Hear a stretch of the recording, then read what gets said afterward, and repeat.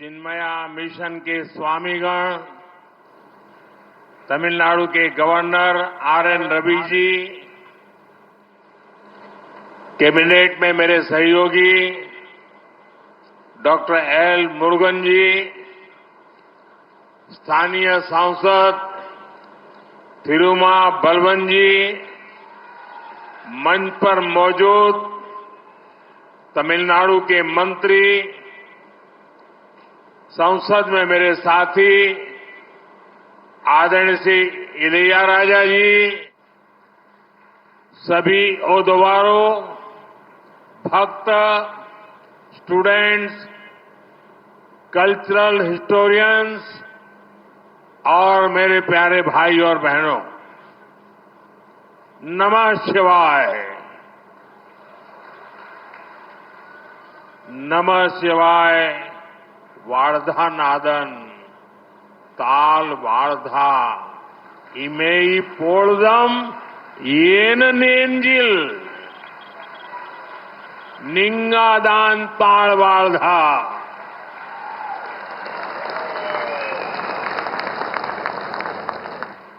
வணக்கம் சோழமண்டலம். பெருமதிப்பிற்குரிய ஆதீனங்களே, மடாதிபதிகளே, சின்மயா மிஷனைச் சேர்ந்த சுவாமிமார்களே, தமிழ்நாட்டின் ஆளுநர் மாண்புமிகு ஆர்.என். ரவி அவர்களே, அமைச்சரவையின் என் சகாவான டாக்டர் எல். முருகன் அவர்களே, தொகுதியின் நாடாளுமன்ற உறுப்பினர் தொல்காப்பியன் திருமாவளவன் அவர்களே, மேடையில் அமைந்திருக்கும் தமிழ்நாட்டின் அமைச்சர்களே, மக்கள் அவையில் என்னுடைய சகாவான இசைஞானி இளையராஜா அவர்களே, அனைத்து ஓதுவார்களே, பக்த கோடிகளே, மாணவர்களே, கலாச்சார வரலாற்றாளர்களே, எனது சகோதர சகோதரிகளே, நமசிவாய வாழ்க, நாதன் தாழ் வாழ்க, இமைப்பொழுதும் என் நெஞ்சில் நீங்காதான் தாழ் வாழ்க. मैं देख रहा था कि जब जब नयनार नागेंद्रन का नाम आता था, चारों तरफ उत्साह का वातावरण से एकदम से माहौल बदल जाता था। साथियों, एक प्रकार से राज राजा की ये श्रद्धा भूमि है और उस श्रद्धा भूमि में इलैयाराजा ने आज जिस प्रकार से शिव भक्ति में हम सबको डुबो दिया, सावन का मास हो, राज राजा की श्रद्धा भूमि हो और इलैयाराजा की तपस्या हो, कैसा अद्भुत वातावरण, बहुत अद्भुत वातावरण। और मैं तो काशी का सांसद हूं और जब ओम नमः शिवाय सुनता हूं तो रोंगटे खड़े हो जाते हैं। சகோதர சகோதரிகளே, நான் ஒரு விஷயத்தை கவனித்தேன். எப்போதெல்லாம் நயினார் நாகேந்திரன் அவர்களின் பெயர் கூறப்படுகிறதோ, உங்களிடத்திலே ஒரு உற்சாக கொப்பளிப்பை நான் கவனித்து விட்டேன். இது ராஜராஜ சோழனின் இடம். இந்த இடத்திலே அவையிலே என்னுடைய சகாவான இளையராஜா அவர்களின் சிவபக்தி இந்த மழை காலத்திலே இது மிகவும் சுவாரஸ்யமாக பக்தி நிரம்பியதாக இருந்தது. நான் காசியின் நாடாளுமன்ற உறுப்பினர். இங்கே இந்த சிவ கோஷத்தை கேட்கும் பொழுது எனக்கு உள்ளுக்குள்ளே மிகவும் பரவசமாக இருக்கின்றது. साथियों, शिव दर्शन की अद्भुत ऊर्जा, श्री इलैयाराजा का संगीत, ओदवार का मंत्रोच्चार, वाकई ये स्पिरिचुअल एक्सपीरियंस आत्मा को भाव विभोर कर देता है. நண்பர்களே, சிவ தரிசனத்தால் அற்புதமான சக்தி, இளையராஜா அவர்களின் இசை, ஓதுவார்தம் மந்திர உச்சாடனங்கள் உண்மையிலேயே இந்த ஆன்மீக அனுபவம் என் ஆன்மாவை ஆனந்த வெள்ளத்தில் ஆழ்த்திவிட்டது. साथियों, सावन का पवित्र महीना और बृहदेश्वर शिव मंदिर का निर्माण शुरू होने के 1000 ईयर्स का ऐतिहासिक अवसर, ऐसे अद्भुत समय में मुझे भगवान बृहदेश्वर शिव के चरणों में उपस्थित होकर के पूजा करने का सौभाग्य मिला है. நண்பர்களே, பவித்திரமான மழைக்காலம், அதோடு கூட பிரகதேஸ்வரர் சிவாலய நிர்மாணம் தொடங்கி 1000 ஆண்டுகள் வரலாற்று பூர்வமான சந்தர்ப்பம். இப்படிப்பட்ட அற்புதமான வேளையிலே சிவனவன் பிரகதேஸ்வரனின் பாதார விந்தங்களிலே சிரம் தாழ்த்த அவரை வழிபாடு செய்யக்கூடிய பெரும் பேறு எனக்கு கிடைத்திருக்கின்றது. मैंने इस ऐतिहासिक मंदिर में 140 करोड़ भारतीयों के कल्याण और भारत की निरंतर प्रगति के लिए प्रार्थना की है. मेरी कामना है भगवान शिव का आशीर्वाद सबको मिले. नमः पार्वती पतये, हर हर महादेव. நான் இந்த சரித்திர பூர்வமான ஆலயத்திலே 140 கோடி நாட்டு மக்களின் நலனுக்காகவும் பாரத நாட்டின் நிரந்தர வளர்ச்சிக்காகவும் என் வேண்டுதல்களை முன்வைத்தேன். என் விருப்பமெல்லாம் இறைவன் சிவனாரின் நல்லாசிகள் அனைவருக்கும் கிடைக்க வேண்டும். நம பார்வதி பதயே, हर हर महादेव. साथियों, मुझे यहां आने में विलंब हुआ. मैं यहां तो जल्दी पहुंच गया था, लेकिन भारत सरकार के सांस्कृतिक मंत्रालय ने जो अद्भुत प्रदर्शनी लगाई है, ज्ञानवर्धक है, प्रेरक है और हम सब गर्व से भर जाते हैं कि 1000 साल हमारे पूर्वजों ने किस प्रकार से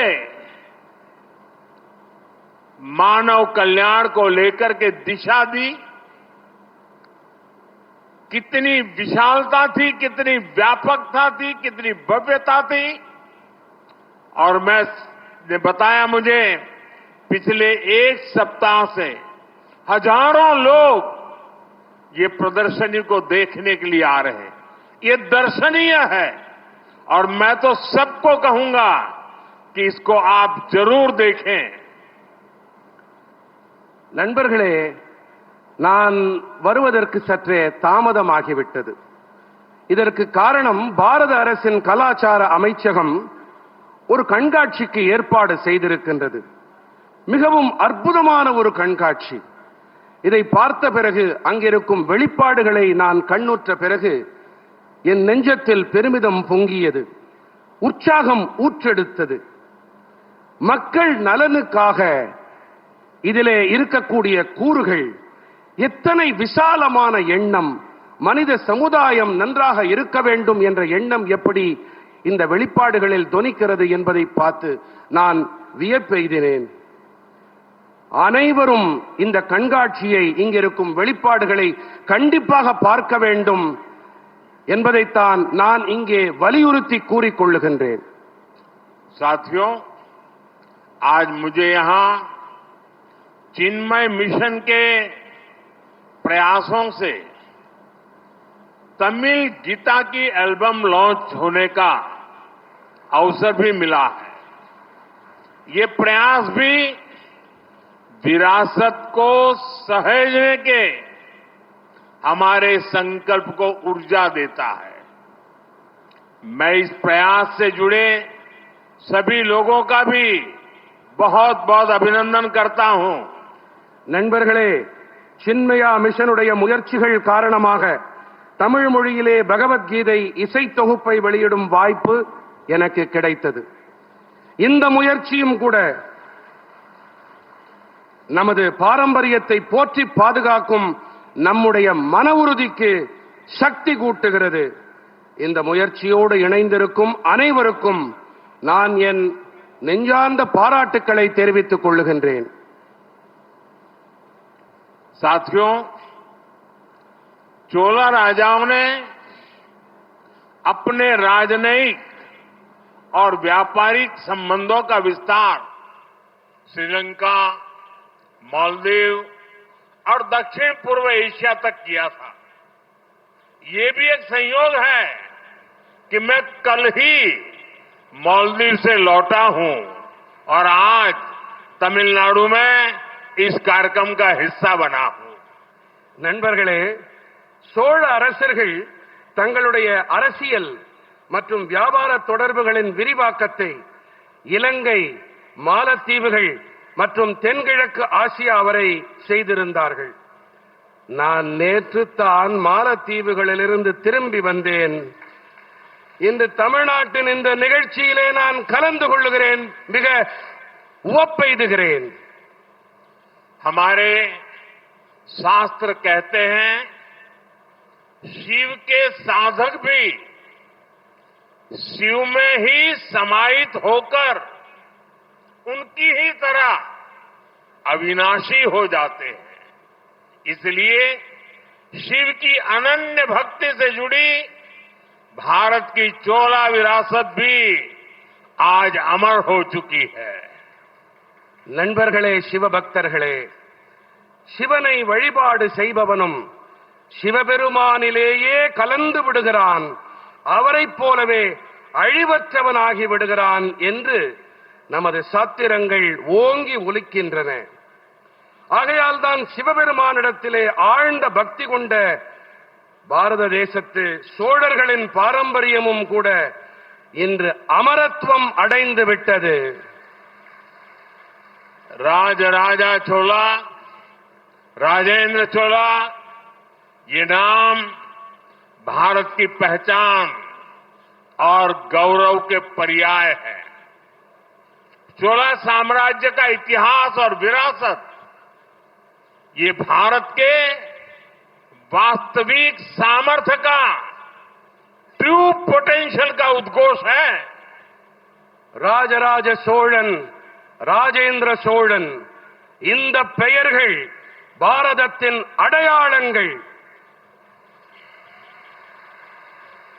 கௌரவத்தின் இணை சொற்கள். சோழ பேரரசு, சோழ சாம்ராஜ்யத்தின் வரலாறு மற்றும் பாரம்பரியம், இவை பாரதத்தின் மெய்யான வல்லமையின் இயலாற்றலின் பிரகடனங்கள். ये भारत के उस सपने की प्रेरणा है जिसे लेकर आज हम विकसित भारत के लक्ष्य की ओर आगे बढ़ रहे हैं. मैं इसी प्रेरणा के साथ राजेंद्र चोला द ग्रेट को नमन करता हूं. பாரதத்தின் அந்த கனவு அளிக்கும் உத்வேகத்தால் உந்தப்பட்டு இன்று நாம் வளர்ச்சியடைந்த பாரதம் என்ற இலக்கை நோக்கி முன்னேற்றம் கண்டு வருகின்றோம். நான் இந்த உள்ளெழுச்சி காரணமாக பெரும் பராக்கிரமன் ராஜேந்திர சோழனை வழுத்துகின்றேன். पिछले कुछ दिनों में आप सभी ने आड़ी तिरुवादिरी उत्सव मनाया है. आज उसका समापन इस भव्य कार्यक्रम के रूप में हो रहा है. मैं इसमें सहयोग करने वाले सभी लोगों को बधाई देता हूं. கடந்த சில தினங்களில் நீங்கள் அனைவரும் ஆடி திருவாதிரை உற்சவத்தை கொண்டாடினீர்கள். இன்று அதன் நிறைவு இந்த மகத்தான நிகழ்ச்சி வாயிலாக நடைபெற்றுக் கொண்டிருக்கின்றது. நான் இதற்கு தோள் கொடுத்த அனைவருக்கும் என் நல்வாழ்த்துக்களை தெரிவித்துக் கொள்ளுகின்றேன். साथियों, इतिहासकार मानते हैं कि चोला साम्राज्य का दौर भारत के स्वर्णिम युगों में से एक था। इस युग की पहचान उसकी सामरिक ताकत से होती है। मदर ऑफ डेमोक्रेसी के रूप में भारत की परंपरा को भी चोला साम्राज्य ने आगे बढ़ाया था। इतिहासकार लोकतंत्र के नाम पर ब्रिटेन के मैग्ना कार्टा की बात करते हैं, लेकिन कई सदी पहले चोला साम्राज्य में कुड़ा वोलोई अमयिप से लोकतांत्रिक पद्धति से चुनाव होते थे। நண்பர்களே, சோழ சாம்ராஜ்யத்தின் காலகட்டம் பாரதத்தின் பொற்காலங்களில் ஒன்றாக இருந்தது என்று வரலாற்று ஆசிரியர்கள் கருதுகின்றார்கள். இந்த காலகட்டம் அவர்களுடைய போர்த்திறன் வலிமையால் அளக்கப்படுகின்றது. ஜனநாயகத்தின் தாய் என்ற வகையிலும் கூட பாரதத்தின் பாரம்பரியத்தை சோழ சாம்ராஜ்யம் முன்னெடுத்துச் சென்றது. வரலாற்று ஆய்வாளர்கள் மக்களாட்சி என்று சொன்னால் பிரிட்டனுடைய மேக்னா கார்ட்டாவை பற்றி பேசத் தொடங்கி விடுவார்கள். ஆனால் பல நூற்றாண்டுகள் முன்பாகவே சோழ சாம்ராஜ்யத்தில் குடவோலை முறை வாயிலாக ஜனநாயக வழிமுறைப்படி தேர்தல்கள் நடந்தன. आज दुनिया भर में वाटर मैनेजमेंट और इकोलॉजी प्रिजर्वेशन की इतनी चर्चा होती है। हमारे पूर्वज बहुत पहले से इनका महत्व समझते थे। हम ऐसे बहुत से राजाओं के बारे में सुनते हैं जो दूसरी जगह पर विजय प्राप्त करने के बाद सोना, चांदी या पशुधन लेकर आते थे। लेकिन देखिए, राजेंद्र चोला की पहचान वे गंगा जल लाने के लिए है। वो गंगा जल ले आए थे। இன்று உலகெங்கிலும் நீர் மேலாண்மை, சூழலியல் பாதுகாப்பு ஆகியவை பற்றிய ஏராளமான விவாதங்கள் நடக்கின்றன. நமது முன்னோர்களோ மிக பழமையான காலத்திலேயே கூட இவற்றின் மகத்துவத்தை நன்கு அறிந்து வைத்திருந்தார்கள்.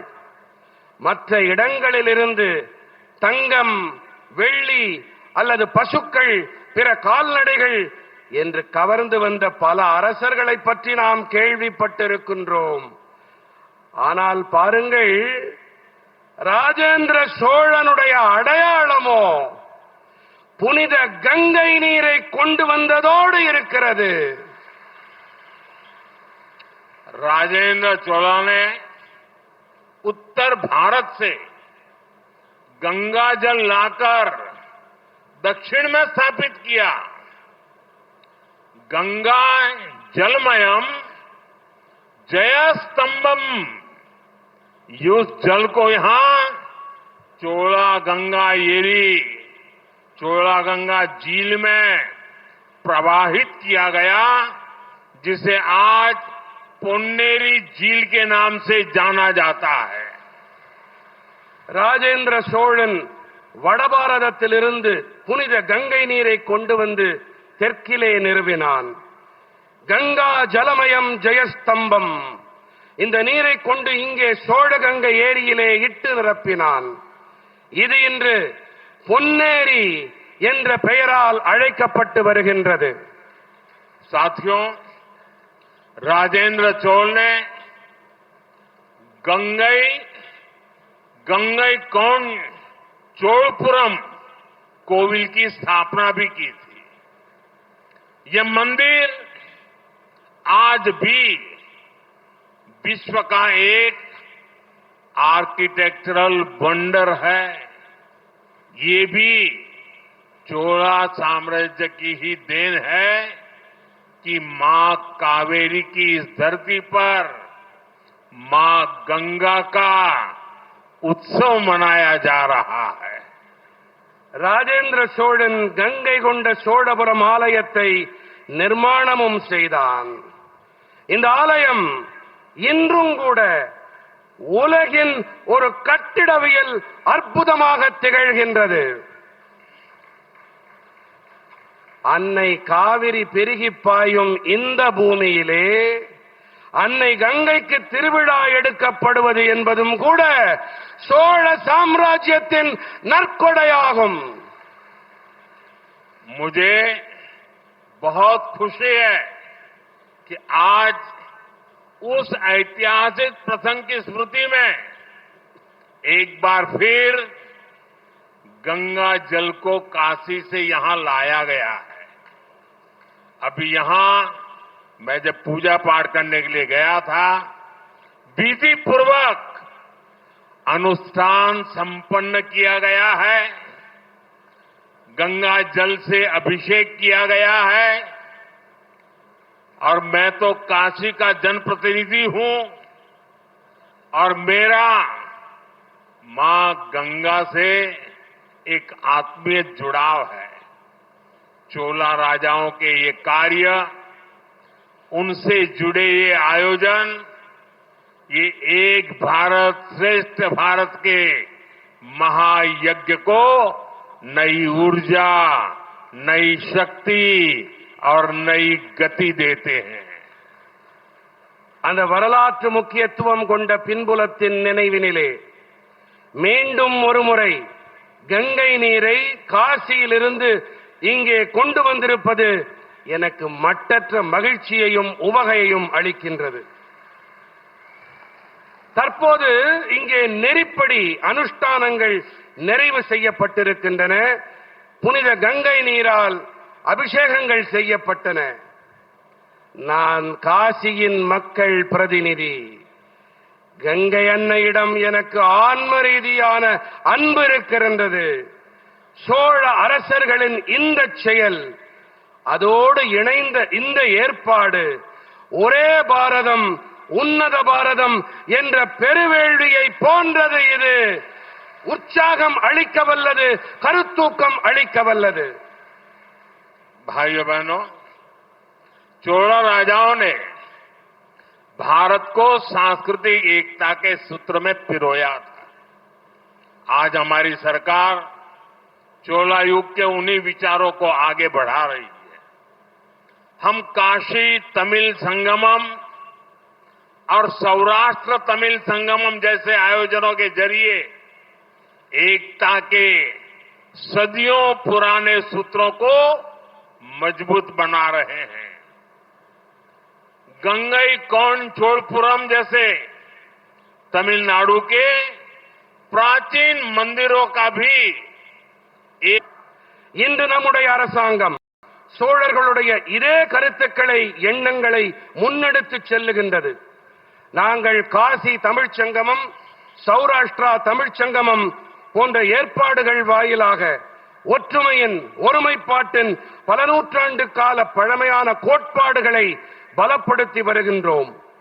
கங்கை கொண்ட சோழபுரம் போன்ற தமிழகத்தின் பண்டைய ஆலயங்களையும் கூட இந்திய தொல்லியல் ஆய்வகம் வாயிலாக இப்போது பராமரிக்கப்பட்டு வருகின்றன.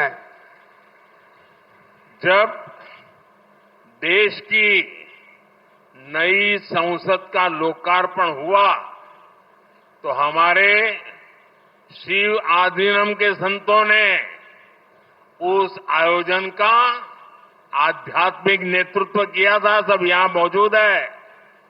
तमिल संस्कृति से जुड़े पवित्र सेंगोल को संसद में स्थापित किया गया है।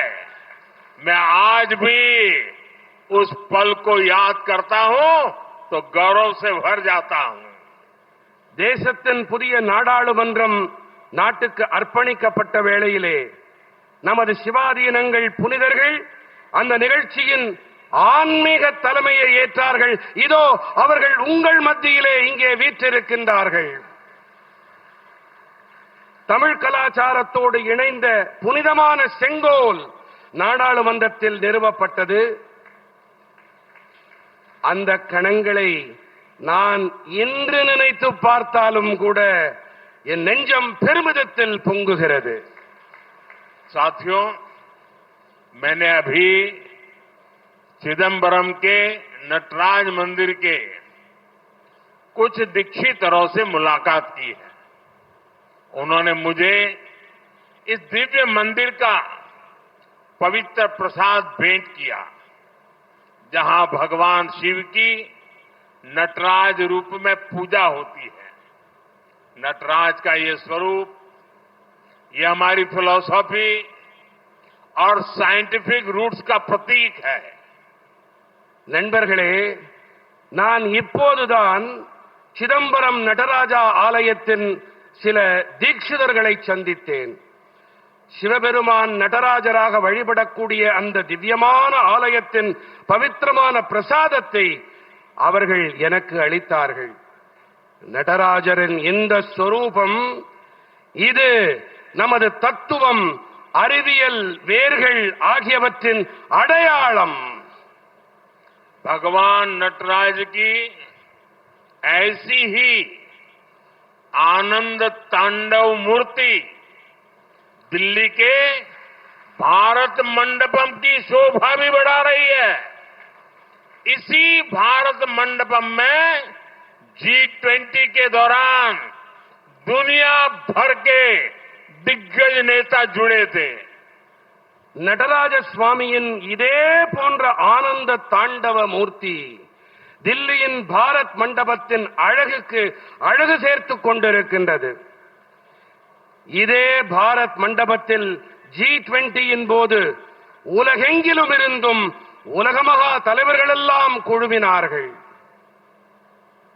साथियों, हमारी शैव परंपरा ने भारत के सांस्कृतिक निर्माण में बहुत बड़ी भूमिका निभाई है. चोला सम्राट इस निर्माण के अहम आर्किटेक्ट थे. इसलिए आज भी शैव परंपरा के जो जीवंत केंद्र है, तमिलनाडु उनमें बेहद अहम है. நமது சைவ பாரம்பரியம் பாரதத்தின் கலாச்சார நிர்மாணத்திலே மிகப்பெரிய பங்களிப்பை ஆற்றியிருக்கின்றது. சோழ பேரரசர்கள் இந்த நிர்மாணத்தின் முக்கியமான சிற்பிகளாக விளங்கினார்கள். ஆகையால் தான் இன்றும் கூட சைவ பாரம்பரியத்தின் உயிர்ப்புடைய மையங்களில் தமிழ்நாடு மிகவும் முக்கியமானது.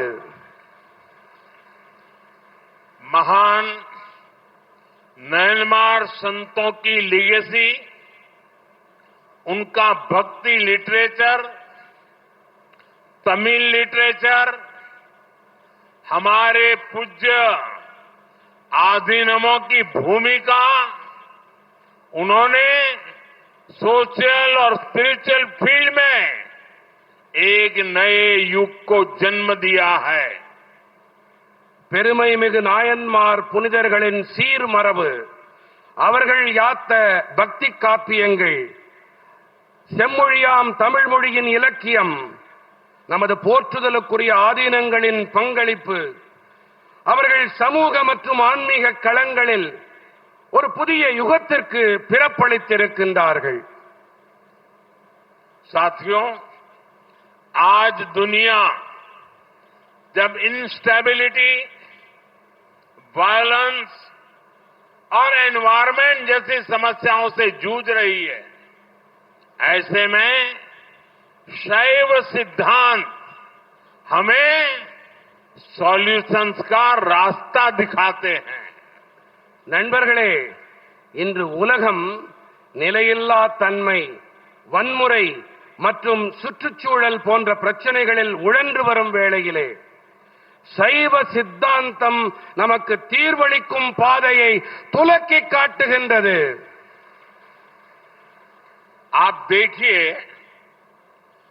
तिरुमूलर ने लिखा था, अनबे शिवम, अर्थात प्रेम ही शिव है, लव इज शिवा. आज अगर विश्व इस विचार को एडॉप्ट करे तो ज्यादातर क्राइसिस अपने आप सॉल्व हो सकती है। इसी विचार को भारत आज one world, one family, one future के रूप में आगे बढ़ा रहा है। நீங்களே பாருங்கள், அன்பே சிவம் என்றார் சித்தர் திருமூலர். இன்று இந்த கோட்பாட்டை உலகம் முழுவதும் கடைபிடித்தால் பெரும்பாலான சங்கடங்கள் தாமாகவே தீர்ந்து போய்விடும். இந்த எண்ணத்தை தான் பாரதம் இன்று ஓர் உலகம், ஓர் குடும்பம், ஓர் எதிர்காலம் என்ற வகையினிலே முன்னெடுத்து சென்று கொண்டிருக்கின்றது.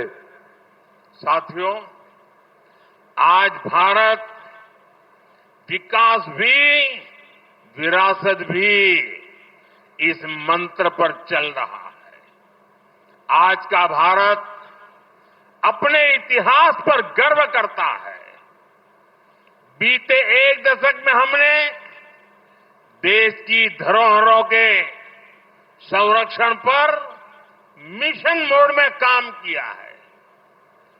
देश की एंशिएंट स्टैच्यूज और आर्टिफैक्ट्स जिन्हें चुराकर विदेशों में बेच दिया गया था, उन्हें वापस लाया गया है। நண்பர்களே, இன்று பாரதம் வளர்ச்சியோடு கூடவே மரபும் என்ற மந்திரத்தை அடியொற்றி பயணித்து வருகிறது. இன்றைய பாரதம் தனது வரலாற்றின் மீது பெருமிதம் கொண்டிருக்கிறது. கடந்த 10 ஆண்டுகளில் நாம் தேசத்தின் பாரம்பரியத்தை போற்றி பாதுகாக்கும் பணியிலே மிகுந்த உறுத்தோடும் கருத்தோடும் பணியாற்றி வந்திருக்கின்றோம். தேசத்தின் பண்டைய சிலைகள் மற்றும் கலை சின்னங்கள் இவை களவாடப்பட்டு அயல் நாடுகளில் விற்கப்பட்டு விட்டன.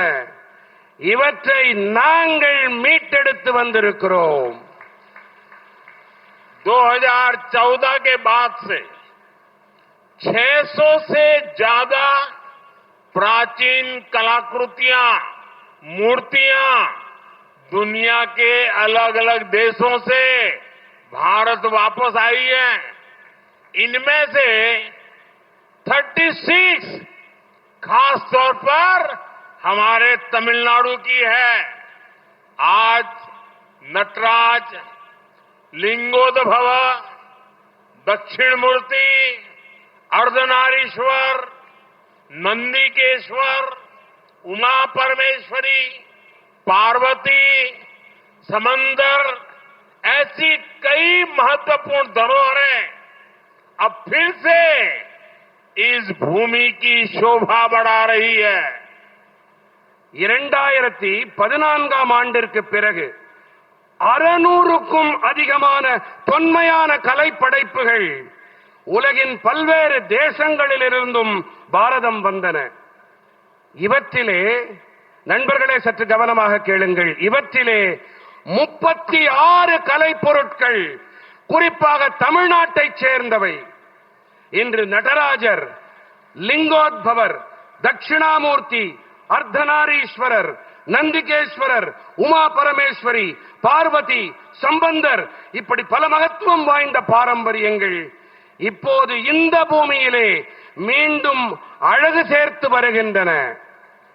साथियों, हमारी विरासत और शैव दर्शन की छाप अब केवल भारत तक या इस धरती तक ही नहीं, जब भारत चंद्रमा के साउथ पोल पर लैंड करने वाला पहला देश बना, तो हमने चंद्रमा के उस पॉइंट को भी शिव शक्ति नाम दिया। चंद्रमा के उस अहम हिस्से की पहचान अब शिव शक्ति के नाम से होती है।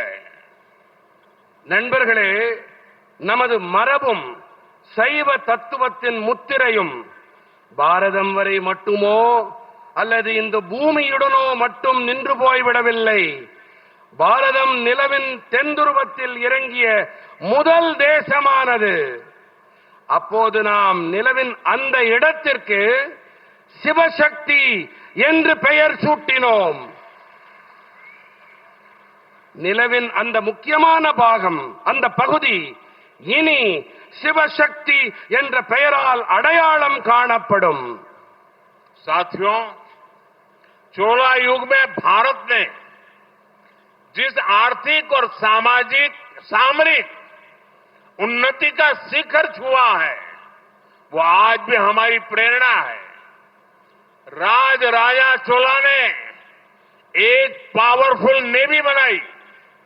राजेंद्र चोला ने इसे और सुदृढ़ किया. நண்பர்களே, சோழர்கள் காலத்திலே எந்த பொருளாதார போர்த்திர உன்னத உயரங்களை பாரதம் தொட்டதோ அவை இன்றும் கூட நமது கருத்தூக்கங்கள்.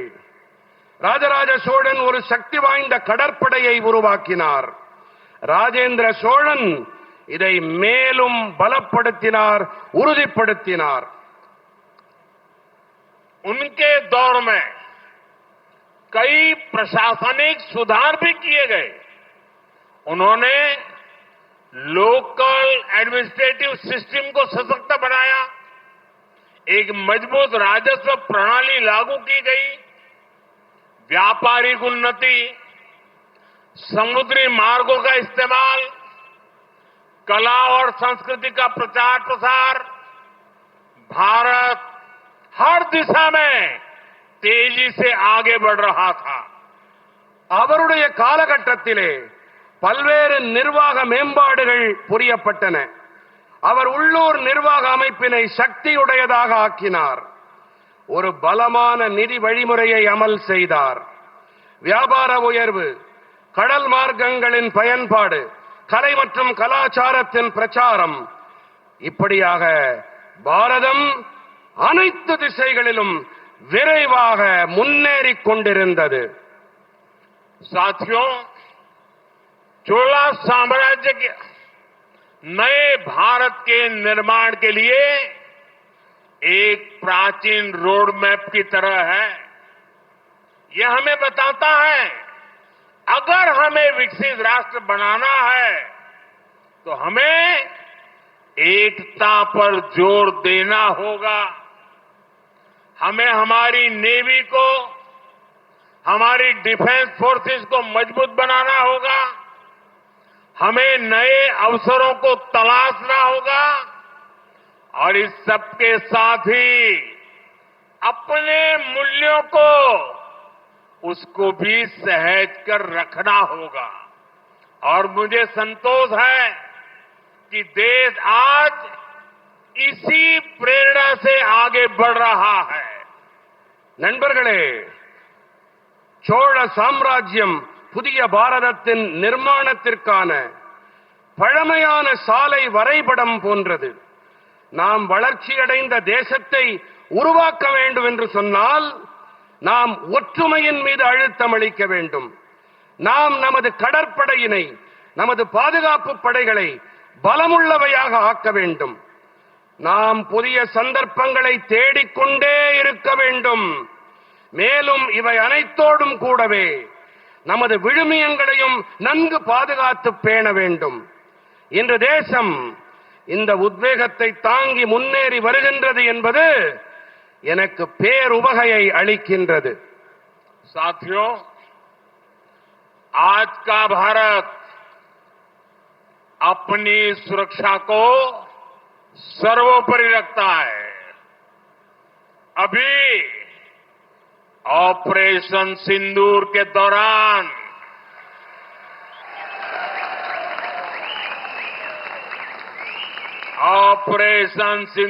दौरान दुनिया ने देखा है कि कोई अगर भारत की सुरक्षा और संप्रभुता पर हमला करता है तो भारत उसे कैसे जवाब देता है. ऑपरेशन सिंदूर ने दिखा दिया है कि भारत के दुश्मनों के लिए, आतंकवादियों के लिए अब कोई ठिकाना सुरक्षित नहीं है।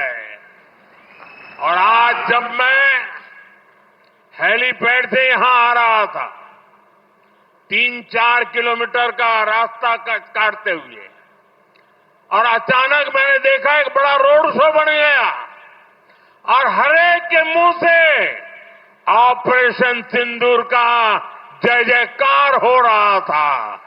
ये पूरे देश में ऑपरेशन सिंदूर ने एक नई चेतना जगाई है, नया आत्मविश्वास पैदा किया है और दुनिया को भी भारत की शक्ति को स्वीकार करना पड़ रहा है।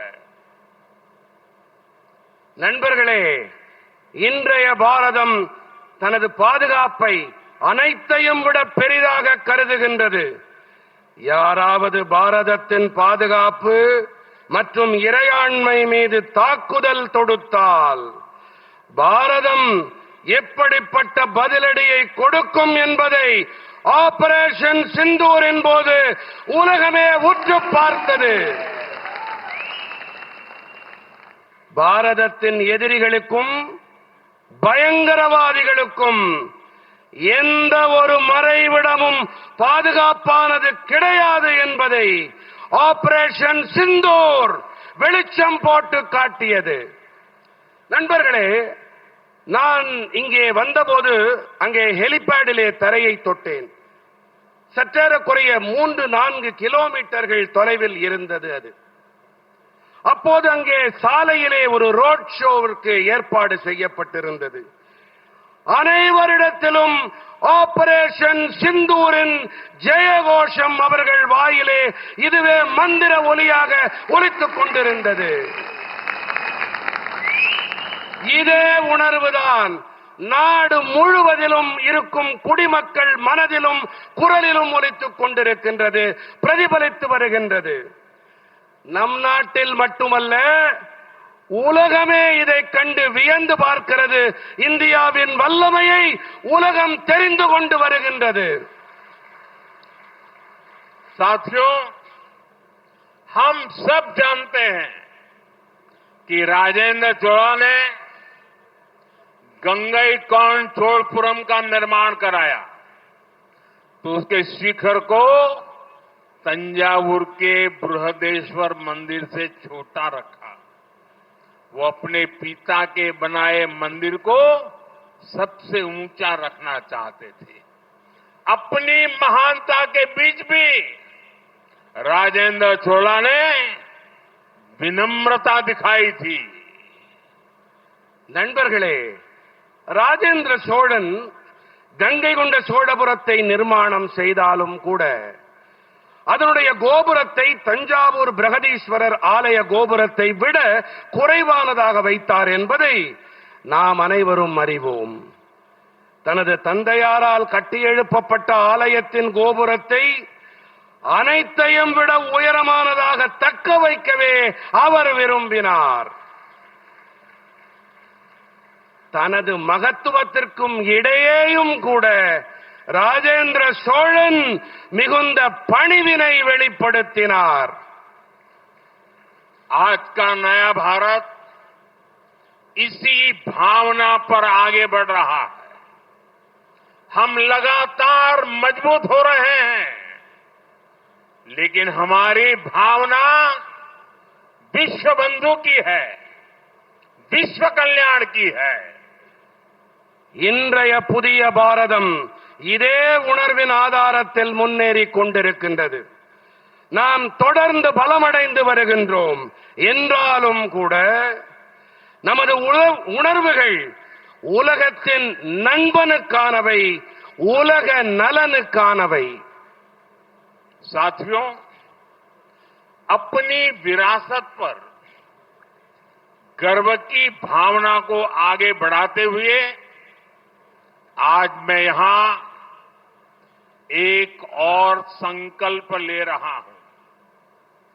आने वाले समय में हम तमिलनाडु में राजराजा चोला और उनके पुत्र और महान शासक राजेंद्र चोला प्रथम की भव्य प्रतिमा स्थापित करेंगे। ये प्रतिमाएं हमारी ऐतिहासिक चेतना का आधुनिक स्तंभ हो बनेगी। நண்பர்களே, நம்முடைய பாரம்பரியத்தின் மீது பெருமித உணர்வை முன்னெடுக்கும் வேளையிலே இன்று இங்கு மேலும் ஒரு உறுதிப்பாட்டை நான் மேற்கொள்கிறேன். வரவிருக்கும் காலங்களிலே நாம் தமிழ்நாட்டிலே ராஜராஜ சோழன் அவருடைய மைந்தன் மகத்தான ஆட்சியாளர் முதலாம் ராஜேந்திர சோழனுடைய பிரமாதமான உருவச் சிலையை நிர்மாணம் செய்வோம்.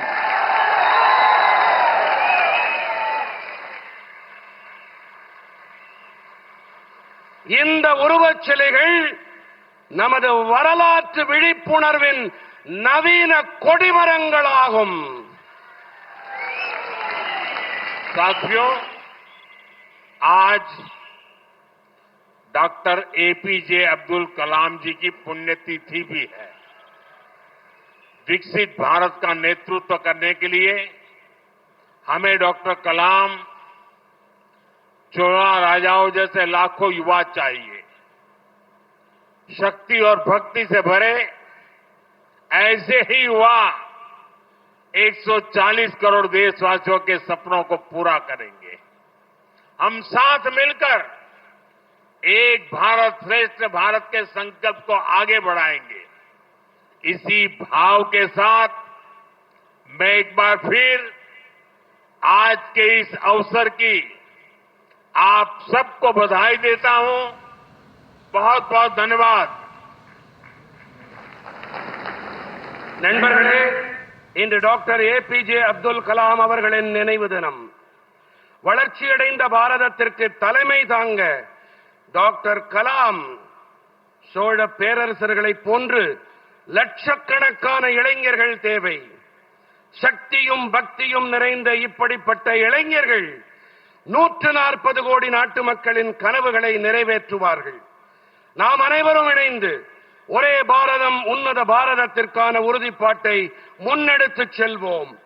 இந்த உணர்வோடு கூடவே மீண்டும் ஒரு முறை இன்று இந்த வேளையிலே உங்கள் அனைவருக்கும் நல்வாழ்த்துக்களை தெரிவித்துக் கொள்ளுகிறேன். பல பல நன்றிகள். मेरे साथ बोलिए भारत माता की, भारत माता की, भारत माता की। वणक्कम। बहुत बहुत आभार माननीय प्रधानमंत्री श्री नरेंद्र मोदी जी का।